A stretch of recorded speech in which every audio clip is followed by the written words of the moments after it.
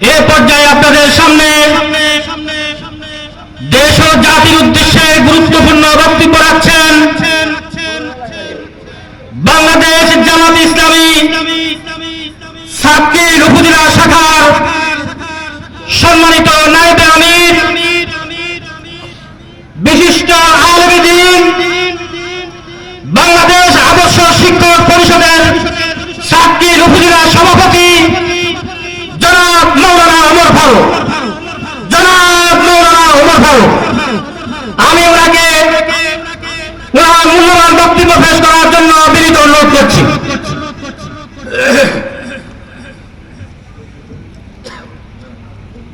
أعوذ بالله من الشيطان الرجيم بسم الله الرحمن الرحيم الحمد لله رب العالمين الصلاة والسلام على سيد المرسلين وعلى آله وأصحابه أجمعين বাংলাদেশ জামাত ইসলামী বদলকোট ইউনিয়নের উদ্যোগে আয়োজিত আজকের এই বিশাল কর্মী সম্মেলনের সংগ্রামী সভাপতি, বদলকোট ইউনিয়ন জামাতের সভাপতি জনাব মোহাম্মদ জসিম উদ্দিন, আজকের এই সম্মেলনের সঞ্চালক বদলকোট ইউনিয়ন জামাতের সংগ্রামী সহসভাপতি জনাব ডক্টর হারুন রশিদ, উপস্থিত সম্মানিত নেতৃবৃন্দ, সম্মানিত উপজেলা ইউনিয়ন পর্যায়ের সর্বপর্যায়ের নেতৃবৃন্দ, আমার সামনে উপস্থিত বদলকোট ইউনিয়নবাসী, আসসালামু আলাইকুম ওয়া রাহমাতুল্লাহ। আল্লাহর শুকরিয়া আদায় করছি যে দীর্ঘ 16 বছর পরে আজকে এই মুক্ত মঞ্চে